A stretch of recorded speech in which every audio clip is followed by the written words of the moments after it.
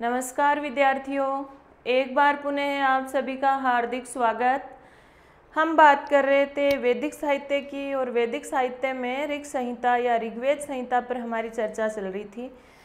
तो ऋग्वेद का जो विभाजन है अष्टक क्रम और मंडल क्रम जो विभाजन है उसकी बात हम कर रहे थे और विभाजन की सारी बातें हमने देख ली थी। अब आपको पता है कि जो मंडल क्रम विभाजन है वहाँ से ही प्रश्न पूछा जाता है किसी भी परीक्षा में। जो हमारी असिस्टेंट प्रोफेसर की परीक्षा है उसमें भी ये टॉपिक डाला हुआ है कि ऋग्वेद का मंडल क्रम के अनुसार विभाजन या ऋग्वेद का विभाजन। तो मंडल क्रम की जो सारी बातें, कितने मंडल हैं, कितने सूक्त हैं। मंडल तो हमने देख लिया कि ऋग्वेद में 10 मंडल हैं। मंडलों का विभाजन 85 अनुवाक में है और फिर सूक्त में है और मंत्रों में है। इस तरह से हमने देखा था अष्टक क्रम और मंडल क्रम विभाजन। लेकिन जो ऋग्वेद के 10 ही मंडल है, अष्टक क्रम में तो सिर्फ आपको इतना ही याद रखना है कि 8 अष्टक हैं। ऋग्वेद में अष्टक क्रम विभाजन के अनुसार 8 अष्टक हैं जिसमें 64 अध्याय हैं, फिर उसमें वर्ग हैं और वर्ग से मंत्र विभाजन है, इतना ही याद रखना है। लेकिन मंडल क्रम के बारे में जो 10 मंडल हैं ऋग्वेद के, उनके बारे में कुछ विशेष महत्वपूर्ण बातें जहाँ से प्रश्न पूछा जाता है और 10 ही मंडलों के ऋषियों के नाम विशेषतः आपको याद रखने चाहिए और यहाँ से प्रश्न पूछा जाता है। तो ये देखिए ऋग्वेद के 10 मंडल हैं। ये ऋग्वेद के मंडल हैं। ये प्रथम मंडल, ये द्वितीय मंडल, ये तृतीय मंडल, ये चतुर्थ मंडल, ये पंचम मंडल, ये षष्ठ मंडल, ये सातवां मंडल, ये आठवां, ये नौवां और ये 10वां। ये ऋग्वेद के हमारे 10 मंडल हैं।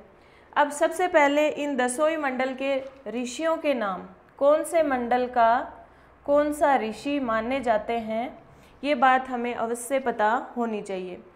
तो कौन से मंडल के ऋषि कौन से हैं? प्रथम मंडल के, जैसे आपसे प्रश्न पूछेगा कि निम्न में से प्रथम मंडल का ऋषि कौन से हैं या प्रथम मंडल के ऋषि कौन से नहीं हैं, इस तरह, या कौन 4 आपको ऐसे मिलान करने के लिए दे देगा कि कौन सा ऋषि किस मंडल से संबंधित है। तो इस प्रकार का प्रश्न यहाँ से पूछा जाता है। तो प्रथम मंडल के ऋषि हैं, उनमें बहुत सारे ऋषि हैं। देखिए प्रथम मंडल के जो ऋषि हैं उसमें मेधातिथि, दीर्घतमा, मेधातिथि, दीर्घतमा, वैश्वामित्र, मधुछंदा, जो अग्नि सूक्त के ऋषि भी है ना, मधुछंदा, पाराशर, गौतम और अगस्त्य। ये इतने ऋषि किस मंडल से संबंधित है? प्रथम मंडल से संबंधित हैं। द्वितीय मंडल के ऋषि हैं गृत्समद एवं इनके वंशज, यानी ये ऋषि और इनके जितने भी वंशज हैं सारे के सारे द्वितीय मंडल से संबंधित आते हैं। तीसरे मंडल के ऋषि हैं विश्वामित्र और इनके वंशज। चौथे मंडल के ऋषि हैं वामदेव और वामदेव के वंशज। चौथे मंडल से संबंधित ऋषि कौन से आते हैं? वामदेव प्लस इनके वंशज। 5वें मंडल के ऋषि हैं अत्रि और उनके वंशज।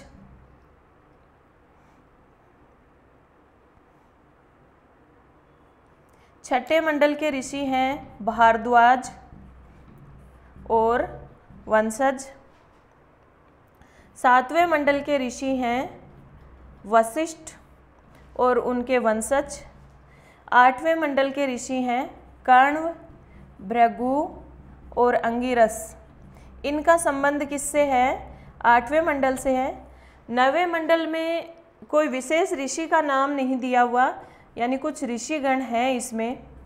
लेकिन 9वें मंडल का संबंध किससे है? सोम या पवमान देवता से है, इसलिए इसे सोम या पवमान मंडल कहते हैं। तो 9वें मंडल में आपको सोम मंडल या पवमान मंडल याद रखना है।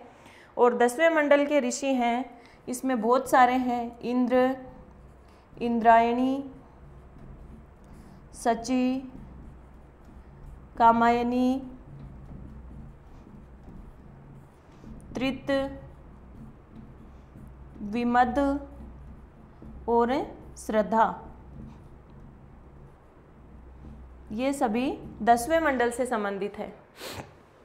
प्रथम मंडल के ऋषि हैं मेधातिथि। ये सारे नाम आपको याद हो जाने चाहिए। मेधातिथि, दीर्घतमा, मधुछंदा, पाराशर, गौतम और अगस्त्य। किस तरह से आप इसको याद करेंगे? इसको याद करेंगे, मैं दीर्घ मधुमक्खी हूँ, पर गो को अगस्त में खाऊंगी। ये प्रथम मंडल हो गया। मैं दीर्घ मधुमक्खी हूँ, पर गो को अगस्त में खाऊंगी। मैं से मेधातिथि, दीर्घ से दीर्घतमा, मधु से मधुछंदा, पर से पाराशर, गो से गौतम और अगस्त से अगस्त्य ऋषि। तो आराम से याद हो जाएगा ना। मैं दीर्घ मधुमक्खी हूँ, पर गो को अगस्त में खाऊंगी। और सारे के सारे 6 ऋषि आपको याद हो गए। प्रथम मंडल के जितने ऋषि हैं, मेधातिथि, दीर्घतमा, मधुछंदा, पाराशर, गौतम और अगस्त्य। मैं दीर्घ मधुमक्खी हूँ, पर गो को अगस्त में खाऊंगी। ठीक है, ये तो हुई प्रथम मंडल की बात। अब दूसरे से 7वें मंडल तक भी ऋषि आपको याद करने हैं, और ये आपस में बहुत जल्दी मिक्स हो जाते हैं। तो आप इनको कैसे याद करेंगे? आप याद करेंगे कि घृत में विश्व का अभाव है। घृत में विश्व का अभाव है। घृते विश्व, 2 अक्षर लेने हैं या फिर 1 अक्षर लेने हैं। व ए भा व। क्या याद रखेंगे? गड्ढे में, घृत में विश्व का अभाव है। घृते विश्व अभाव है। घृते से ग्रत समंत, विश्व से विश्वामित्र, वा से वामदेव, ए से अत्रि, भा से भारद्वाज और वै से वशिष्ठ। घृते विश्व अभाव है। दूसरे मंडल के ऋषि हुए घृत समंत, तीसरे मंडल के ऋषि हुए विश्वामित्र, चौथे मंडल के ऋषि वामदेव, 5वें के अत्रि, 6ठे के भारद्वाज, 7वें के वशिष्ठ। तो प्रथम मंडल से लेकर 7वें मंडल तक के ऋषि हमको याद हो गए हैं। प्रथम मंडल के ऋषि कैसे याद करेंगे? मैं दीर्घ मधुमक्खी हूँ, पर गो को अगस्त में खाऊंगी। और दूसरे से 7वें तक कैसे याद करेंगे? घृते विश्वा अभाव है। ठीक है, तो ये पहले से लेकर 7वें तक मंडल के ऋषि आपको याद हो गए। 8वें मंडल के आप अलग से याद रखेंगे, कण्व, भृगु और अंगिरस। 9वें मंडल के कोई विशेष ऋषि दिए नहीं हुए हैं। और 10वें मंडल के ऋषि हैं इंद्र, इंद्राणी, सची, कामायनी, त्रित, विमद और श्रद्धा। तो ये आराम से याद हो ही जाएंगे। तो ये तो हुए हमारे प्रथम मंडल से लेकर 10वें मंडल तक ऋषियों की बात। ये बहुत ही इम्पोर्टेंट है, किस मंडल के कौन से ऋषि हैं, ये बात जरूर से आपको याद होनी चाहिए। तो ये प्रथम मंडल से 10वें मंडल तक के ऋषि पर हमने बात कर ली है। अब कुछ विशेष महत्वपूर्ण बातें इन 10 ही मंडलों से संबंधित। देखिए, सबसे पहली बात, सबसे बड़ा मंडल। सबसे बड़ा मंडल, एक तो सबसे बड़ा मंडल और एक सबसे छोटा मंडल।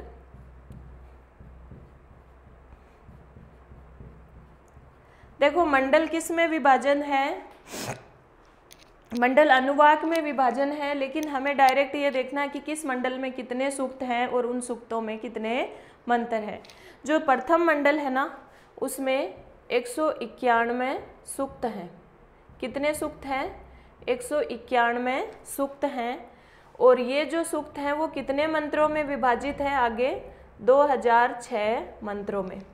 प्रथम मंडल में 191 सूक्त हैं और 2006 मंत्र हैं। ठीक है, तो सबसे बड़ा मंडल कौन सा हो गया? प्रथम मंडल हो गया। याद रखेंगे ये कि ऋग्वेद का कौन सा मंडल सबसे दीर्घ मंडल है, सबसे बड़ा मंडल है, तो ये हुआ प्रथम मंडल, क्योंकि इसमें 191 सूक्त हैं और 2006 मंत्र हैं। दूसरा है सबसे छोटा मंडल। तो सबसे छोटा मंडल द्वितीय मंडल है। क्यों है कि द्वितीय मंडल जो है ना, उसमें द्वितीय मंडल की बात यहाँ पर हो रही है। 43 सूक्त हैं और 429 मंत्र हैं। द्वितीय मंडल सबसे छोटा है, क्योंकि सारे मंडलों के सूक्त और मंत्र आपको याद नहीं करने हैं, लेकिन जो सबसे बड़ा और सबसे छोटा मंडल है उनके तो आपको याद रहना ही चाहिए।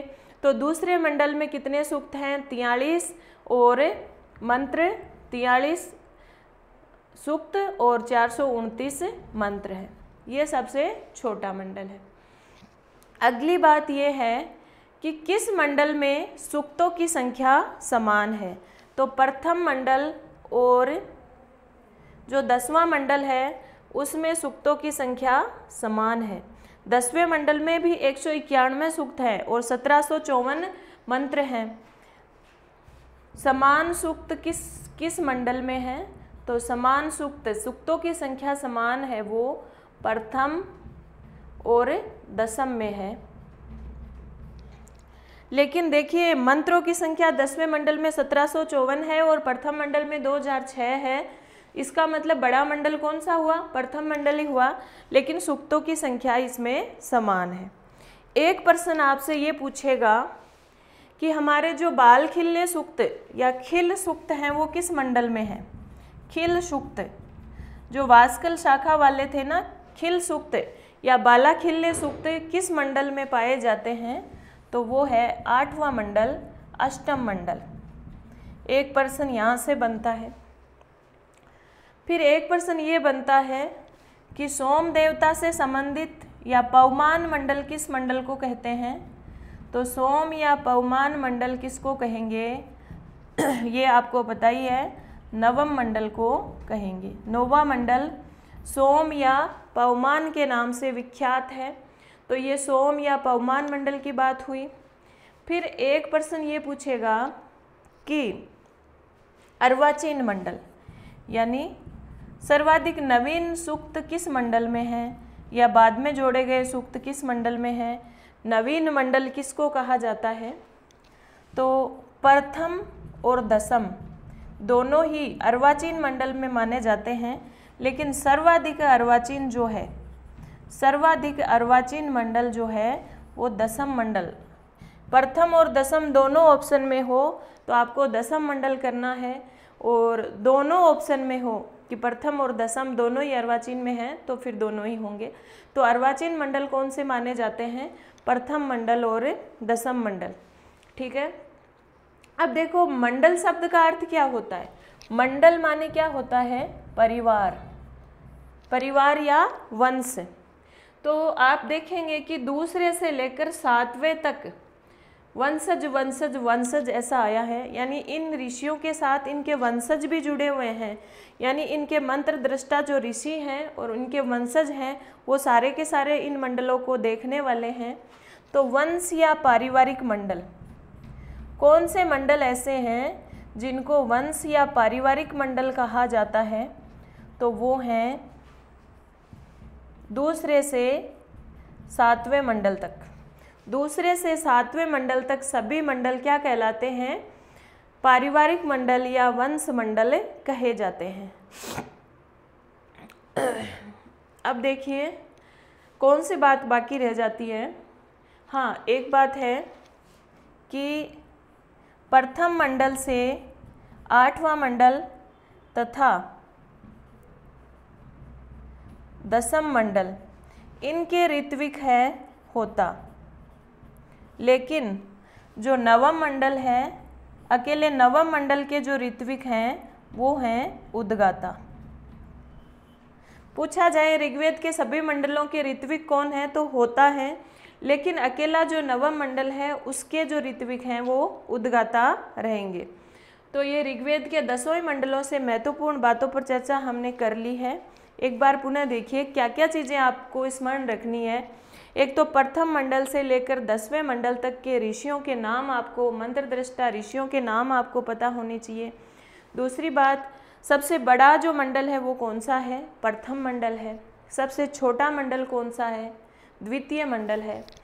सोम या पवमान मंडल कौन सा है? नवम मंडल है। खिल सूक्तों से संबंधित मंडल कौन सा है? 8वां मंडल है। वंश या पारिवारिक मंडल कौन से हैं? दूसरे से 7वें मंडल हैं। इसके अलावा नवम मंडल के ऋत्विक कौन हैं? उद्गाता हैं। अर्वाचीन मंडल कौन से हैं? प्रथम और दसम मंडल है। और समान सूक्त प्रथम और दसम मंडल में सूक्तों की संख्या एक समान है। यहाँ से मंडल ऋग्वेद के 10 मंडलों से बनने वाले प्रश्न यहाँ से बाहर आपके नहीं जाएंगे। इसके पश्चात देखिए, जो ऋग्वेद है उसमें कुछ ऋषिकाओं का भी उल्लेख है। ऋग्वेद में ऋषिकाएँ भी हैं, उनकी बात हम करते हैं अभी।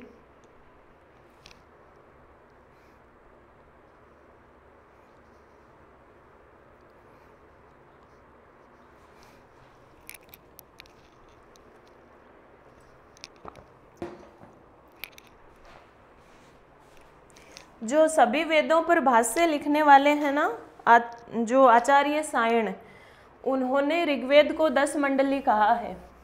देखो ये तो आपको पता ही है कि ऋग्वेद जो है उसमें 10 मंडल है, इसलिए 10 मंडली कहा जाता है ऋग्वेद को। तो 10 मंडली किस वेद को कहा जाता है? ऋग्वेद को। ये प्रश्न तो अब आसान हो गया, लेकिन प्रश्न इस तरह से बनने लगे कि ऋग्वेद को 10 मंडली किसने कहा है? तो ऋग्वेद को 10 मंडली आचार्य सायण ने कहा है। आचार्य सायण ने सभी वेदों पर भाष्य लिखा है और ऋग्वेद को 10 मंडली के नाम से पुकारा है। किसने? आचार्य सायण ने। याद रखेंगे।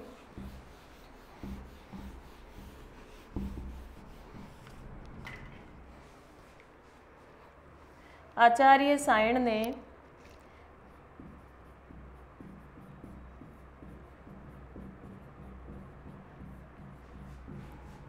किस वेद को 10 मंडली कहा है? तो ऋग्वेद को 10 मंडली कहा है। ऋग्वेद को 10 मंडली कहने वाले आचार्य कौन हैं? आचार्य सायण। याद रखेंगे। अब पूछा जा सकता है प्रश्न कि ऋग्वेद में पद कितने हैं? पद माने शब्द, सुप्तिंगतम पदम। पद कितने हैं? तो पदों की संख्या है, कई बार पूछ ली जाती है, 1,53,826 पद हैं। एक प्रश्न ये भी पूछा जाता है ऋग्वेद में अक्षर कितने हैं, और ये बहुत ही महत्वपूर्ण प्रश्न है, आया हुआ है परीक्षा में। ऋग्वेद में अक्षर कितने हैं? 4,32,000 वर्ण हैं या अक्षर हैं। ठीक है, ये तो हुई ऋग्वेद के 10 मंडलों की बात। अब है ऋषिकाएँ। जिस तरह ऋषियों की चर्चा हमने की है, वैसे उस समय कुछ ऋषिकाएँ भी हुआ करती थी, तो ऋषिकाओं का भी थोड़ा सा उल्लेख हम यहाँ कर लेते हैं।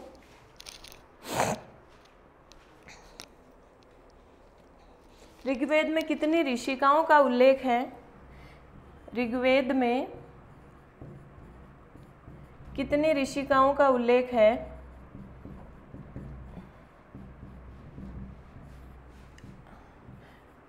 ऋग्वेद में 24 ऋषिकाओं का, चतुर्विंशति ऋषिकाओं का उल्लेख मिलता है, और अथर्ववेद में भी कुछ ऋषिकाओं का भी उल्लेख मिलता है।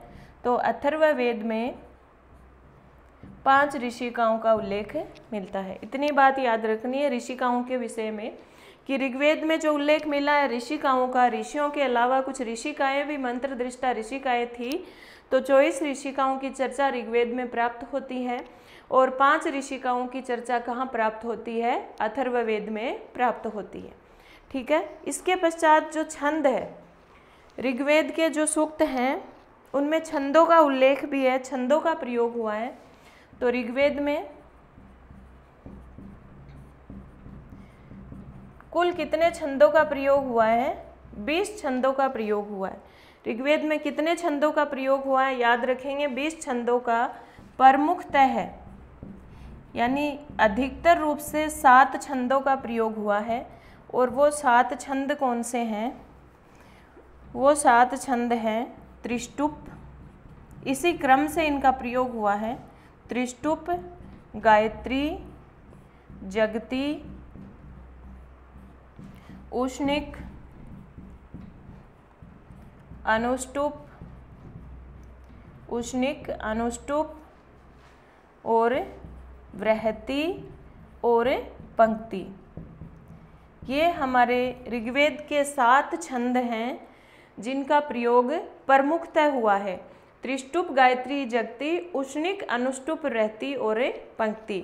ऐसा पूछा जाए सबसे ज़्यादा किन छंदों का प्रयोग हुआ है, तो त्रिष्टुप, गायत्री और जगती।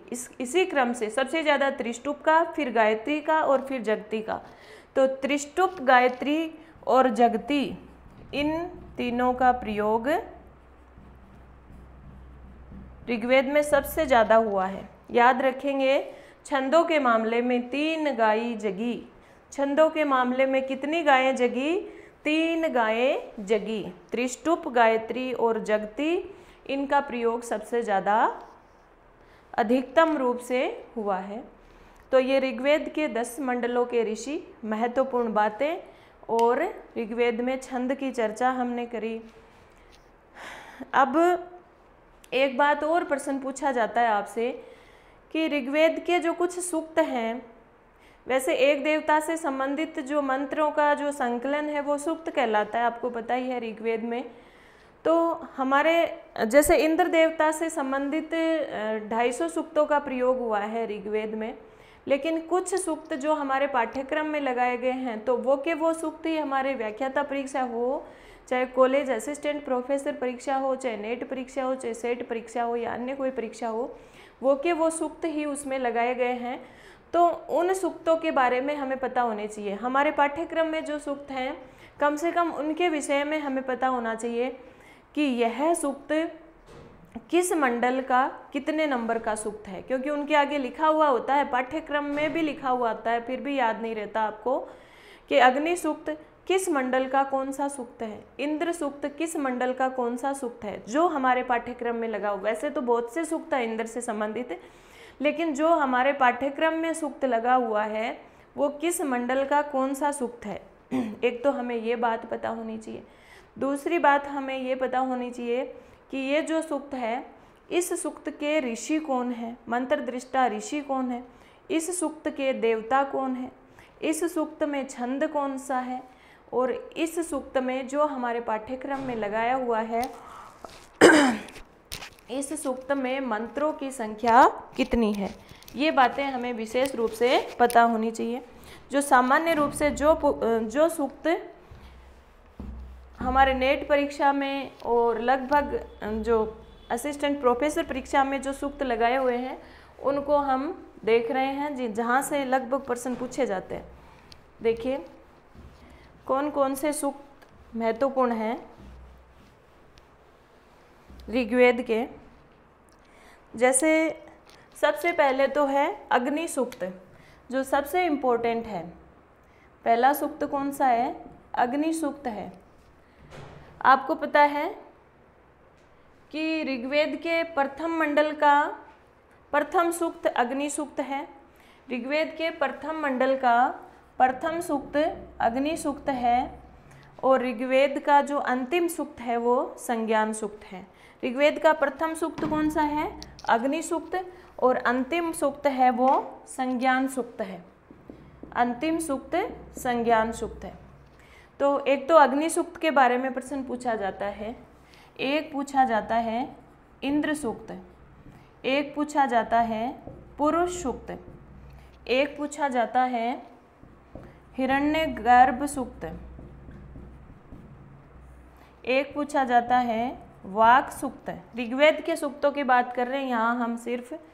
एक पूछा जाता है नासदीय सूक्त और एक पूछा जाता है हमारा वरुण सूक्त और एक पूछा जाता है उषस सूक्त या उषा सूक्त। ये 8 सूक्तों की चर्चा हम यहाँ कर रहे हैं। किस मंडल का कितने नंबर का सूक्त ये है। पहला प्रश्न यही बनता है यहाँ से कि फला सूक्त किस मंडल का कौन सा सूक्त है जो हमारे पाठ्यक्रम में लगा हुआ है। तो अग्नि सूक्त है, वो पता ही है कि प्रथम मंडल का प्रथम सूक्त है, ऋग्वेद के प्रथम मंडल का प्रथम सूक्त है। इंद्र सूक्त है, वो ऋग्वेद के दूसरे मंडल का 12वां सूक्त है, ठीक है। पुरुष सूक्त है, वो ऋग्वेद के 10वें मंडल का 90वां सूक्त है। हिरण्यगर्भ सूक्त 10वें मंडल का 121वां सूक्त है। वाक सूक्त 10वें मंडल का 125वां सूक्त है। नासदीय सूक्त 10वें मंडल का 129वां सूक्त है।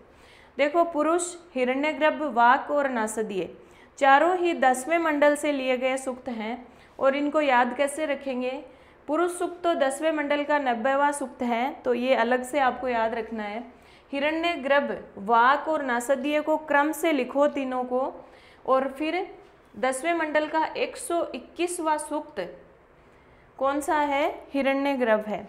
121 में 4 जोड़ोगे 22, 23, 24, 3 जोड़ के चौथे नंबर पर 125 आ जाएगा और वाक सूक्त आ जाएगा। फिर 3 और बीच में छोड़ोगे 26, 27, 28 और 129वां सूक्त कौन सा है? नासदीय सूक्त। यानी 3-3 का अंतर है हिरण्यगर्भ, वाक और नासदीय में। 121, 125 और 129, 3-3 को छोड़ते हुए लिखेंगे तो याद रह जाएंगे। वैसे नासदीय से याद रखो, नासदीय में नय आ रहा है और 129 में भी नय आ रहा है, ऐसे भी याद रख सकते हैं। तो 10वें मंडल का 129वां सूक्त कौन सा है? नासदीय सूक्त है। इनका क्रम गड़बड़ मत करना, हिरण्यगर्भ, वाक और नासदीय ऐसे याद रखना, फिर ये याद रह जाएंगे। वरुण सूक्त जो है प्रथम मंडल का 25वां सूक्त है। उषस मंडल तीसरे मंडल का 61वां सूक्त है। ये आपको याद करने हैं कि कौन सा सूक्त किस मंडल का कितने नंबर का सूक्त है। दूसरी बात हमें जो याद रखनी है इन मंडलों के बारे में, तो इनके ऋषि किस मंडल के कौन से ऋषि हैं। देखिए, अग्नि सूक्त के जो ऋषि हैं उनका नाम है मधुछंदा। क्या नाम है? मधुछंदा। और इनका नाम कई बार वैश्वामित्र भी आता है, विश्वामित्र नहीं, वैश्वामित्र। मधुछंदा जो है विश्वामित्र के पुत्र हैं, इसलिए इनको वैश्वामित्र भी कहा जाता है। तो ये प्रथम मंडल का प्रथम सूक्त अग्नि सूक्त है, उनके ऋषि कौन है? वैश्वामित्र, मधुछंदा। इंद्र सूक्त है, उसके ऋषि, दूसरे मंडल के ऋषि कौन है आपको पता ही है, वही इंद्र सूक्त के ऋषि हो जाएंगे गृत्समंद। तो दूसरे मंडल के ऋषि कौन हुए? गृत्समंद, और वही इंद्र सूक्त के ऋषि हैं। पुरुष सूक्त के ऋषि हैं वो है नारायण। पुरुष सूक्त के ऋषि का नाम क्या है? नारायण। हिरण्यगर्भ सूक्त के ऋषि स्वयं हिरण्यगर्भ ही हैं। याद रखना, हिरण्यगर्भ सूक्त के ऋषि हिरण्यगर्भ हैं, देवता हिरण्यगर्भ नहीं है। ऋषि का नाम हिरण्यगर्भ है और उन ऋषि के नाम पर हिरण्यगर्भ सूक्त का नाम पड़ा है। वाक सूक्त के ऋषि वाघम्भृणी यानी अम्भृण ऋषि की पुत्री वाक। वाक सूक्त में देवता का नाम वाक नहीं है, ऋषि का नाम वाक है। ऋषि कौन है? वाघम्भृणी, वाक। नासदीय सूक्त में ऋषि जो हैं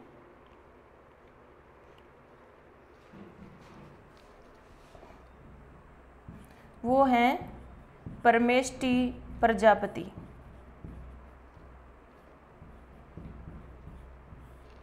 वरुण सूक्त के ऋषि हैं सुनह सेप, और उषस सूक्त के ऋषि हैं विश्वामित्र, गाथीन। उषस सूक्त के ऋषि कौन हैं? विश्वामित्र, गाथीन। ये ऋषियों की बात हुई।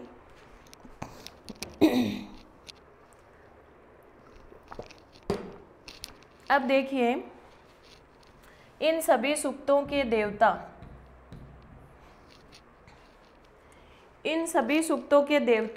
अग्नि सूक्त से आपको पता पड़ रहा है अग्नि सूक्त के देवता कौन है? अग्नि की स्तुति की गई है, मतलब इस सूक्त में देवता कौन हुए? अग्नि देवता। इंद्र सूक्त में देवता कौन हुए? इंद्र देवता, इंद्र की स्तुति की जाएगी। पुरुष सूक्त में देवता कौन हुए? पुरुष। हिरण्यगर्भ सूक्त में ध्यान रखना, यहाँ पर देवता हिरण्यगर्भ नहीं है, बल्कि कौन है? क है संज्ञक प्रजापति। यहाँ पर देवता का नाम क्या है? क है संज्ञक प्रजापति। वाक सूक्त में देवता कौन है? परमात्मा। वाक सूक्त में देवता वाक मत करना, कौन होंगे? परमात्मा। और नासदीय सूक्त में भी देवता परमात्मा होंगे। फिर हम देखेंगे वरुण सूक्त में वापस वरुण देवता की चर्चा होगी, और उषस सूक्त में देवता कौन होंगे? उषा देवता होंगे। तो ये ऋग्वेद के मंडलों के सूक्तों का क्रम, ऋषि और देवता। अगली बात जो आपको याद रखनी है वो ये याद रखनी है कि इन सूक्तों में मंत्र संख्या कितनी है। अब आप देखेंगे अग्नि सूक्त में कितने मंत्र हैं। जो अग्नि सूक्त हमारे पाठ्यक्रम में लगाया गया है उसमें 9 मंत्र हैं। इंद्र सूक्त में 15 मंत्र हैं, ये रटने आपको याद करने हैं जरूर से। पुरुष सूक्त में 16 मंत्र हैं। हिरण्यगर्भ सूक्त में 10 मंत्र हैं। वाक सूक्त में 8 मंत्र हैं। नासदीय सूक्त में 7 मंत्र हैं। और जो वरुण सूक्त है उसमें 21 मंत्र हैं, और उषस सूक्त में भी 7 मंत्र हैं। ठीक है, ये सभी सूक्तों के मंत्रों की संख्या। अग्नि सूक्त में 9 मंत्र हैं, इंद्र में 15 हैं, पुरुष में 16 हैं, हिरण्यगर्भ में 10 मंत्र हैं, वाक सूक्त में 8 मंत्र हैं, नासदीय में 7 मंत्र हैं, वरुण सूक्त में 21 मंत्र हैं, और उस सूक्त में वापस से 7 मंत्र हैं। अब इन मंत्रों में छंद कौन से हैं ये भी आपको याद होना चाहिए। तो छंद देख लीजिए, जो अग्नि सूक्त और वरुण सूक्त जो है इन दोनों में गायत्री छंद का प्रयोग हुआ है। अग्नि सूक्त और वरुण सूक्त में गायत्री का प्रयोग हुआ है। बाकी सब में लगभग तो त्रिष्टुप का प्रयोग हुआ है, लेकिन कुछ कुछ अलग है, वो अलग ही आपको याद रखना है। जो इंद्र सूक्त है उसमें त्रिष्टुप छंद है। कौन सा छंद है? त्रिष्टुप। लेकिन जो पुरुष सूक्त है उसमें जो मंत्र हैं 1 से 15 तक, वहाँ तो अनुष्टुप है, लेकिन जो 16वां मंत्र होगा उसमें त्रिष्टुप है। और आपको है ना मंत्र दे दिया जाएगा, जो 16वां मंत्र है वो ये आपको याद करना है। वो मंत्र दे दिया जाएगा और पूछा जाएगा कि पुरुष सूक्त के इस मंत्र में कौन सा छंद है। तो आप क्या करोगे? पूरे के पूरे 15 सूक्त में 15 जो मंत्र हैं उसमें तो अनुष्टुप ही है, तो आप अनुष्टुप करोगे। लेकिन 16वां मंत्र आपको अलग से याद करना है, और याद रखना है कि एकमात्र 16वें मंत्र में जो पुरुष सूक्त है उसके 16वें मंत्र में कौन सा छंद है? त्रिष्टुप है। फिर देखिए हिरण्यगर्भ सूक्त है तो इसमें भी त्रिष्टुप है। वाक सूक्त में त्रिष्टुप ही है, लेकिन एकमात्र दूसरे मंत्र में, सेकंड मंत्र में जगती छंद का प्रयोग हुआ है। तो दूसरा मंत्र आपको याद रखना है कि वाक सूक्त के किस मंत्र में जगती छंद का प्रयोग हुआ है। सिर्फ दूसरा मंत्र ऐसे याद नहीं रखना, उस मंत्र को पूरा पढ़ना है, क्योंकि मंत्र की कोई लाइन परीक्षा में आपको दी जाएगी और पूछा जाएगा इस मंत्र में कौन सा छंद है। तो आपको याद रखना है कि वाक सूक्त के दूसरे मंत्र में जगती छंद है, और वो दूसरा मंत्र कौन सा है ये बात भी आपको पता होनी चाहिए। फिर नासदीय सूक्त जो है उसमें भी त्रिष्टुप है, और फिर हमारा उषस सूक्त है उसमें भी त्रिष्टुप है। यानी जो अलग चीज़ें हैं वो आपको ज़रूर से याद करनी है कि जो पुरुष सूक्त है उसके तो 16वें मंत्र में त्रिष्टुप है, जो वाक सूक्त है उसके दूसरे मंत्र में जगती छंद है, यानी दूसरी ऋचा में जगती छंद है, और बाकी सब में त्रिष्टुप छंद ही प्रयोग हो रहा है। अग्नि और वरुण में गायत्री छंद है। ठीक है, तो ये ऋग्वेद के बारे में हमारी सभी बातें जो हमें चर्चा करनी थी, जहाँ से हमें प्रश्न पूछे जाते हैं, वो सभी बातें लगभग हम चर्चा कर चुके हैं। ऋग संहिता की, ऋग्वेद संहिता का जो मैटर था वो हमारा पूरा हो चुका है। अब इसमें अगर कुछ बचा है तो भाष्यकार जो ऋग्वेद पर जिन्होंने भाष्य लिखे हैं उनके बारे में ज़रूर हमें देखना है। बस इसके अलावा फिर हम यजुर्वेद संहिता को प्रारंभ करेंगे। धन्यवाद। जयतु संस्कृतम जयतु भारतम।